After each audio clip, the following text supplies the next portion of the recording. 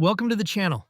In today's video, we will read a story about a man who was kicked out by his father, so his golden child half-brother could move in. But then 6 months later, they're begging him to lie to cover up his brother crime, or they'll go to jail. This is a three-part story, so be sure to like and subscribe for part 2 and 3. Let's get started. I'm a male who turned 18 about 4 months ago. My dad kicked me out 6 months back because my jerk half-brother Derek, 24, decided that he was moving back here. He didn't want to rent a place like a normal person, so he wanted to live with my dad. For context, Derek is my dad's son from his first relationship, but Derek's mother and my dad broke up soon after he was born, so they didn't really have much of a relationship afterward. Derek is a lot closer to my dad than he is to his mother, so we spent a lot of time together growing up because he would come over more often than was required legally as per his custody arrangement. I'm pretty sure he was supposed to spend half of the month with my father, but I remember being around him all the time.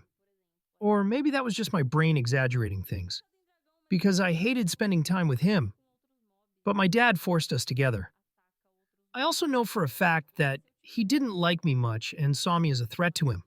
My mother passed away a couple of years ago after a long battle with lung cancer, and that's when things started going downhill with me and my dad. Don't get me wrong, things have been bad between me and my dad ever since I was a kid. I guess my father didn't really want a kid like me, or maybe he didn't even want a kid at all. Whatever it was, he treated me weirdly when I was little, and it almost always felt like he didn't want me around.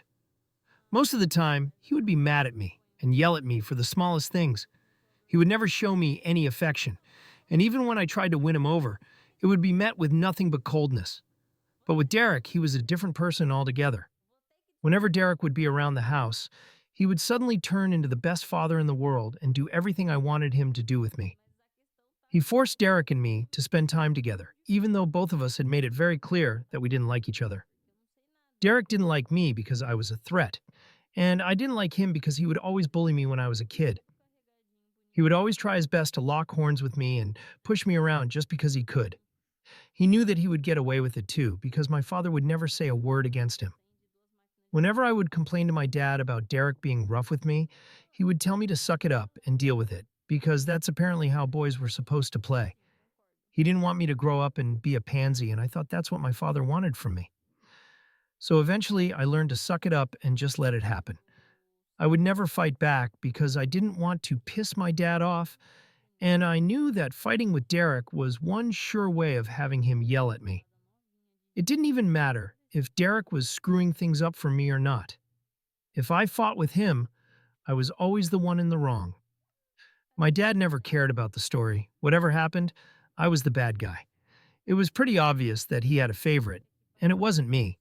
Not even for a second did he find it weird that Derek was picking on me, even though I was a full 6 years younger than him.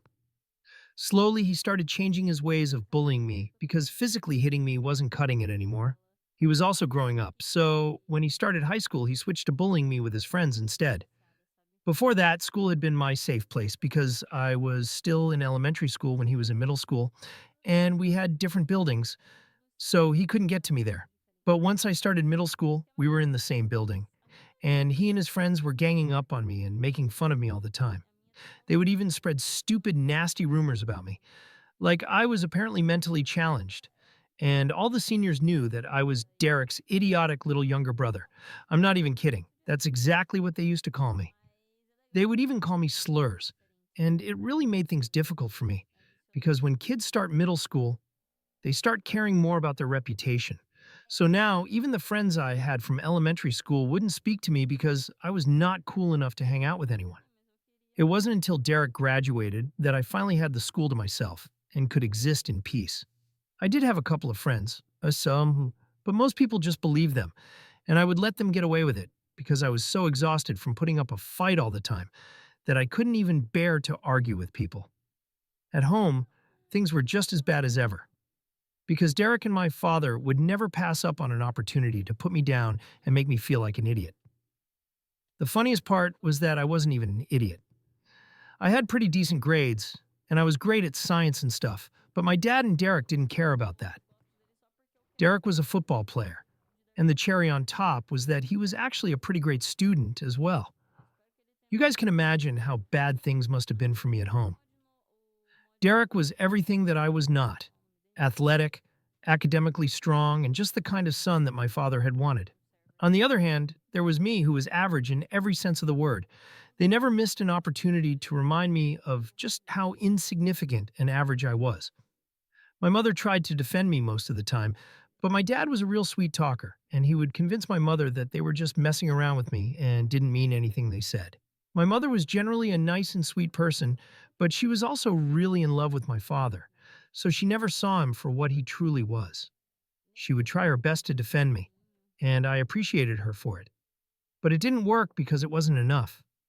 My father, along with Derek, continued to bully me for as long as they could. Finally, Derek went away to college, and I felt like I could breathe a sigh of relief. My dad would still be around, but he was significantly less annoying to deal with when the other jerk wasn't with him. But before I could find out what it was like to live with my parents without Derek constantly picking on me, my mother was diagnosed with lung cancer. It was incredibly difficult for us to come to terms with it because we felt like our world had shattered. The only thing my father and I had in common was that both of us loved our mother dearly, so her diagnosis really broke us both. But instead of making our family stronger, my dad decided that he was going to make the worst of this. My mother was already suffering. Now, Nathan. But now, instead of my father and I putting up a brave front for her, he started distancing himself from her even more. Earlier, he would at least speak to me, only if it was to take digs at me. But after my mom's diagnosis, he stopped doing even that and started pretending like I didn't exist at all. I can cut him some slack for that because both of us were suffering, and he just chose to deal with the suffering in a different way. I would have preferred if my mom's predicament brought us closer together somehow. But clearly, that was not meant to be. Even if it was meant to be, my dad was the kind of person who would make sure that it didn't happen. Because for some reason, he just hated me and couldn't bear the thought of me being happy. With time, my mom's condition only got worse, and my dad's temper also started taking a toll on me because he would either not speak to me at all and ignore me completely, or he would be absolutely nasty to me. There were several occasions where he almost made me cry because of how rude he was being. I tried my best to keep the peace in the family by not responding to my father, because I knew that it would just give him more of a reason to berate me and pick on me. For the years that my mother was sick, whenever Derek would come back home from college, he would lay off of me, and I appreciated that. He would not be nice to me, but he would at least be human, and that's more than what I could ask for. Things were bad when my mother was still around. But after she passed away, I went from the frying pan into the fire. For the first couple of months after my mother's passing, things were really quiet around the house. By that, I mean that I would do all the work while my dad was just unresponsive. He would function. He would go to work, come back, and have dinner and stuff, but nothing else. I was kind of concerned for him, and I contacted my grandparents several times to tell them that I thought my father was probably depressed, but they didn't take me seriously. They either didn't care enough about their son to check up on him after the funeral, or they just didn't like me, just like my father, and didn't want to do as I said. But after a few months had passed, my father started coming to his normal self. Unfortunately, that also included binge drinking and making me feel like crap about myself yet again.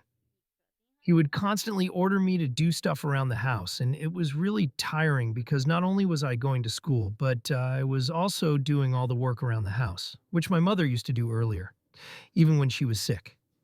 My dad and I would manage to get all the work done, but after her passing, all that responsibility came to me.